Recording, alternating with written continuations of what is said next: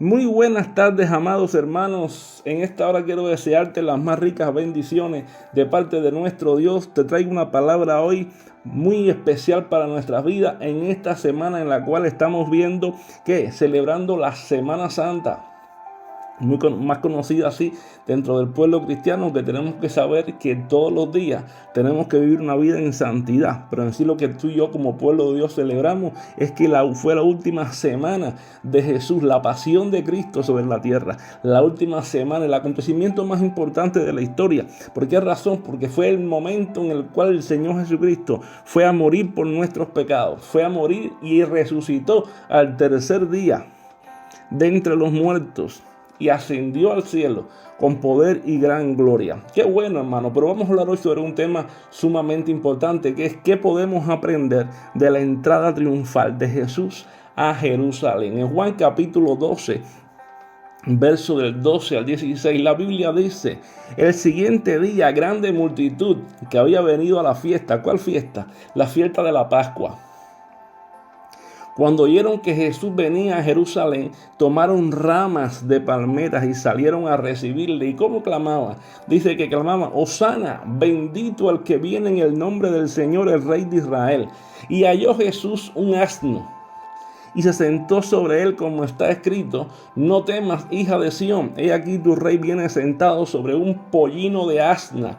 Ahora, dice la escritura así: esto no lo entendieron sus discípulos al principio, mas cuando Jesús fue glorificado, entonces se acordaron que estas cosas estaban escritas de él y que le habían hecho estas cosas. Óyeme, tremendo. Mira, hermano, este domingo todos los cristianos en todo el mundo están celebrando ¿qué? La entrada triunfal de nuestro Señor Jesucristo a Jerusalén, o como se le llama normalmente, el Domingo de Ramos. Ahora, pero lastimosamente, como hace 2000 años atrás, multitudes celebran este acontecimiento como que, como al principio, como sus discípulos, como el pueblo de Israel, pero sin ningún tipo de entendimiento verdadero de su significado. Muchos lo celebran sin comprender lo que verdaderamente el Señor quería enseñarnos. Mira, pero vamos a ir por medio de la palabra de Dios a ver qué es lo que la palabra de Dios nos enseña acerca de la entrada triunfal y cuáles son las enseñanzas para nuestra vida hoy. En la primera enseñanza que encontramos es que en el momento que ocurre la entrada triunfal, dice en Juan capítulo 12, verso 12, que primeramente mucha gente había ido a la ciudad de Jerusalén. ¿Cuándo? En la fiesta de la Pascua. Ahora, ¿y qué era la Pascua? En primer lugar, en la fiesta de la Pascua era cuando el pueblo judío celebraba ¿qué? La salida de la liberación de la esclavitud de Egipto. Ahora, pero en la fiesta de la Pascua, en esta celebración de la fiesta de la Pascua, vamos a encontrar dos personajes principales. ¿Cuáles son los dos personajes principales? Primeramente, vamos a encontrar a Moisés y el cordero que se sacrificaba. Y ambos, tanto Moisés como el cordero que se sacrificaba, están directamente relacionados con nuestro Señor Jesucristo. ¿Por qué razón?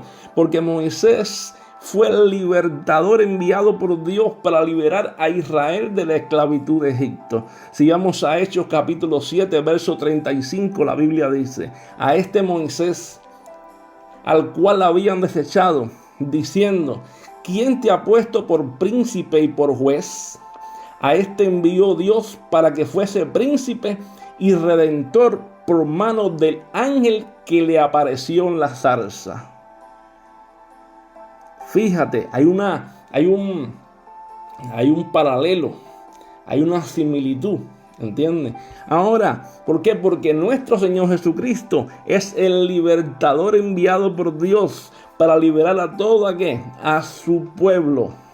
¿De qué? De la esclavitud del pecado. Ahora, si vamos a Juan capítulo 8, versos 34 y 36, dice la Escritura: Jesús le respondió: de cierto os digo, que todo aquel que hace pecado, esclavo del pecado es. Y el esclavo no queda en la casa para siempre, el Hijo sí queda para siempre. Así que si el Hijo os libertare, seréis verdaderamente libres. En otras palabras, así como Dios había mandado a Moisés para libertar al pueblo, así también Jesucristo es el libertador de su pueblo. ¿Entiende? Entonces, también encontramos al Cordero. Porque el Cordero tenía que ser sacrificado y su sangre tenía que ser colocada ¿dónde? En el dintel de la puerta, para que el primogénito de las familias judías no murieran. En el libro de Éxodo capítulo 12, verso 21 al 23, dice la Escritura: entonces llamó Moisés a todos los ancianos de Israel y les dijo: sacad y tomaos cordero de vuestra familia y sacrificad la Pascua.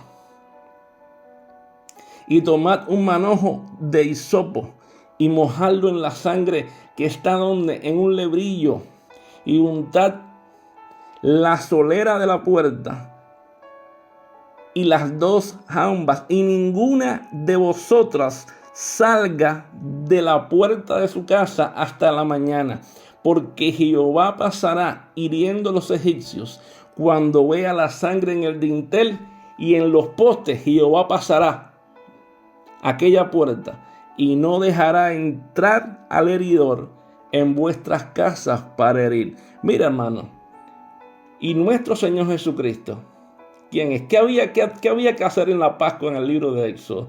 Marcar con la sangre del Cordero el dintel de las puertas. ¿Para qué? Para que cuando pasara el heridor, el ángel de la muerte, pasase. ¿Por qué? Porque la marca de la sangre estaba sobre ¿qué? Sobre la puerta. Y ellos estaban celebrando, el pueblo que en Gosén estaba celebrando la Pascua. ¿Qué era la Pascua? La Pascua tenían que comer un cordero. Ahora, y nuestro Señor Jesucristo, hermano, es el cordero provisto por Dios para librarnos de la muerte eterna por medio de la sangre de Jesucristo. Por eso Juan el Bautista, cuando lo ven en el río Jordán, que dice: este es el Cordero de Dios que quita el pecado del mundo.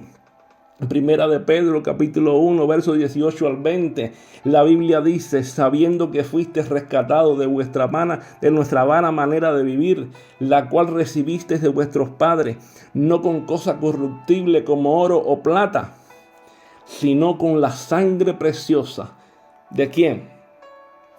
Con la sangre preciosa, hermano, de Cristo, como de un cordero sin mancha y sin contaminación. Dice: ya destinado desde antes de la fundación del mundo, pero manifestado en los postreros tiempos por amor de vosotros. Qué cosa más buena, hermano. Qué cosa más linda tenemos aquí en este texto.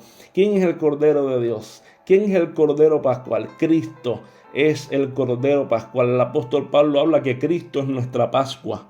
Gloria al Señor. Amén. Gloria a Dios. Por eso, hermano, tenemos que entender que Cristo es nuestra Pascua, que Él es el Cordero Pascual. Por eso Él murió en la Pascua. ¿Por qué? Porque Él era el Cordero Pascual. Pero qué bueno que Él no se quedó en el sepulcro, sino que se levantó al tercer día con poder y gloria. Y está sentado a la diestra de Dios, intercediendo por nosotros, por su pueblo, y nos justificó. Gloria a su nombre. Ahora, lo segundo que aprendemos es que las personas a ver a Jesús, que gritaban Hosana. Dice Juan capítulo 12, verso 13, que cortaron ramas de palmera y salieron a encontrarlo gritando: Hosana, sálvanos, Hosana, Hosana. Bendito el que viene en el nombre de Jesús. La palabra Hosana es una palabra hebrea que significa sálvanos ahora. Sálvanos ahora, sálvanos ahora, Dios nuestro. Y cuando las multitudes gritaban esa palabra, estaban hablando una palabra del Salmo 118, versículos 25 y 26, que dice así: Voy a leer la versión Reina Valera contemporánea. Dice: Señor, te ruego que vengas a salvarnos. Te ruego que nos concedas la victoria.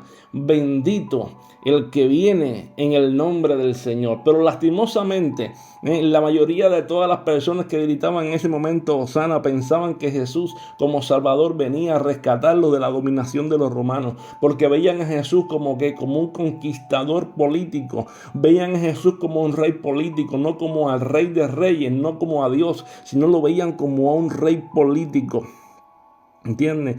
Ellos lo veían como aquel que venía a establecer nuevamente el reino de David en Israel. Por eso, hermano, ¿qué pasaba entonces? Y por eso decían: sálvanos, sálvanos nuevamente. Lo veían como el rey de Israel, pero como un rey político. Por eso la gente solo pensaba en qué? Pensaba en el momento, en el aquí y en el ahora. Pero estas personas no entendían la realidad, que era en la realidad lo que era Jesús. En lo que era Jesús. Ellos no entendían cuando lo vieron montado en un burro. ¿Por qué razón? Porque si lo hubieran entendido, no hubieran hecho lo que hicieron después. Pero qué bueno que a ti y a mí, Dios sí nos los reveló. Dice Juan, primera de Juan, capítulo 4, verso 14: y nosotros hemos visto y testificamos que el Padre ha enviado al Hijo. ¿Quién? El Salvador del mundo. Gloria a Dios. ¿Por qué? Porque ahora, hermano, como hace 2000 años, el mundo entero debería decir las mismas palabras que fueron dichas a nuestro Señor Jesucristo. ¿Cuáles? Hosana, Hosana. Bendito el que viene en el nombre de Jesús. ¿Por qué? En el nombre del Señor. ¿Por qué razón? Porque su palabra nos enseña que en ningún otro hay salvación, solamente en el nombre de Jesús. ¿Por qué? Porque la Biblia declara en Hechos capítulo 4, verso 12, que en ningún otro hay salvación, porque no hay otro nombre bajo el cielo en el cual podamos ser salvos, porque no hay otro nombre, hermano, dado a los hombres, en el cual tú y yo podamos ser salvos. Nuestro Señor Jesucristo, hermano, no es un salvador. Él es el Salvador. No hay otro en el cual podamos ser salvos. Él es el único Rey y Salvador de nuestras vidas. Y lo tercero que observamos es Jesús montado en un burro. ¿Y qué quiero dejarte con esto? Dice la Escritura en Juan capítulo 12, versos 14 y 15. Y halló Jesús, dice, que un asno, y se sentó sobre él, como está escrito: no temas, hija de Sión, he aquí tu rey viene sentado sobre un asno de burra. Ahora, tenemos que notar algo aquí. El asno es un animal pobre y despreciado, pero ¿sabe qué? En el oriente, hermano, se le considera algo noble. Ahora, el sentido, hermano, es en sí, es que un rey se presentaba montado a caballo cuando iba en son de guerra.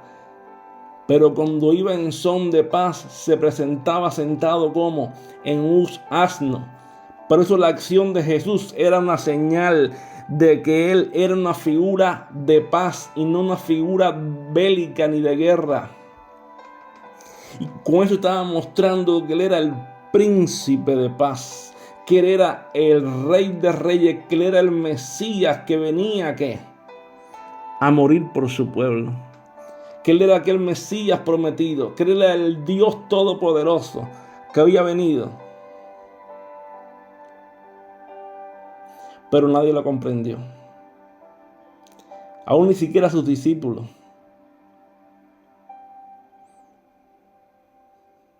Lo pudieron comprender hasta tiempo después. Que se supone que debían haber tenido más discernimiento en el momento. ¿Por qué? Porque todos tenían una mente llena de ¿qué? Llena de pensamientos preconcebidos, deseos de que Roma ya no estuviera. Tenían pensamientos de establecer un reino diferente al que estaba. Pero aquí estaba y el que había de venir. Pero ellos, hermanos, ellos esperaban al Mesías de sus sueños, al Mesías de los sueños de grandeza, al Mesías de los sueños de fantasía, al Mesías nacionalista. No esperaban al Mesías que Dios les había enviado, al Mesías Salvador, al Mesías Redentor. No estaban esperando al Mesías que los vendría a justificar. ¿Y qué pasó? Jesús trazó un cuadro dramático de lo que él pretendía hacer, pero nadie entendió su simbolismo, porque al venir en un asno estaba diciendo: yo vengo a traer paz, yo vengo en son de paz, porque yo soy el príncipe de paz. Hermano, nuestro Señor Jesucristo vino a este mundo con un propósito de paz, pues por medio de su muerte todos los que creen en Él son justificados y están en paz para con Dios. La Biblia dice en Romanos capítulo 5, verso 1, justificados por la fe, tenemos paz para con Dios por medio de nuestro Señor Jesucristo. En otras palabras, el sacrificio de Cristo, hermano, nos dio la paz para con Dios. Nos justificó, somos justificados. Y tenemos paz para con Dios. Ese es el resultado del sacrificio de nuestro Señor Jesucristo. Que hemos alcanzado la paz para con Dios y la justificación. Hemos sido declarados justos, sin culpa, perdonados. Pero hay otra cosa que tenemos que entender, que un día nuestro Señor Jesucristo va a regresar. Ya no vendrá otra vez en un burrito, sino que vendrá en un caballo blanco, y no vendrá manso y humilde, sino que vendrá como Rey de Reyes, como Señor de Señores. Dice Apocalipsis capítulo 19, verso del 11 al 16. Después de esto miré, y aquí una puerta abierta en el cielo. La primera voz que oí, como de trompeta, hablando conmigo, sube acá. Y yo te mostraré las cosas que sucederán después de esta. Y luego fui arrebatado en el espíritu, y aquí un trono establecido en el cielo. Y en el trono uno sentado, y el aspecto del que estaba sentado era semejante a piedra de jaspe, de cornalina, y había alrededor del trono un arco iris semejante en aspecto a la esmeralda, y alrededor del trono habían 24 tronos, y vi sentado en los tronos a 24 ancianos vestidos de ropas blancas, con coronas de oro en sus cabezas. Y del trono salían relámpagos, truenos, voces, y delante del trono ardían 7 lámparas de fuego, las cuales son los 7 espíritus de Dios. Y delante del trono había como un mar de vidrio semejante al cristal, y junto al trono y alrededor del trono 4 seres vivientes llenos de ojos delante y detrás.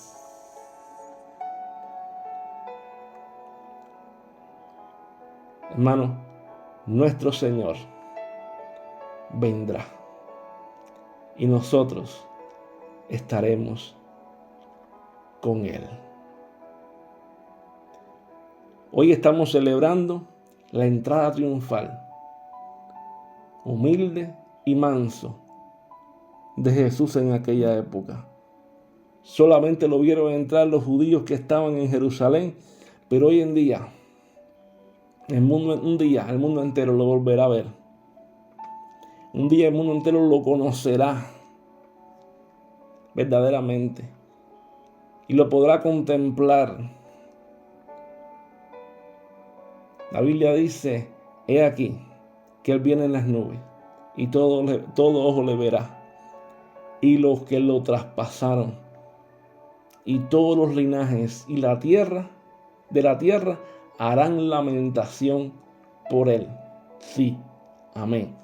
Yo soy, dijo Jesús, el alfa y el omega, el principio y el fin, dice el Señor, el que es y el que era y el que ha de venir, el Todopoderoso.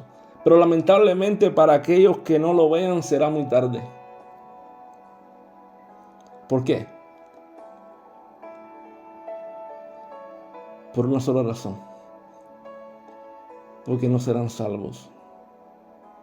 Pero hoy, hermano, hoy es el día de salvación.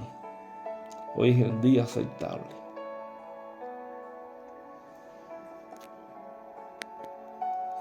Que Dios nos continúe bendiciendo, porque bendecidos estamos en Cristo. Un fuerte abrazo para todos.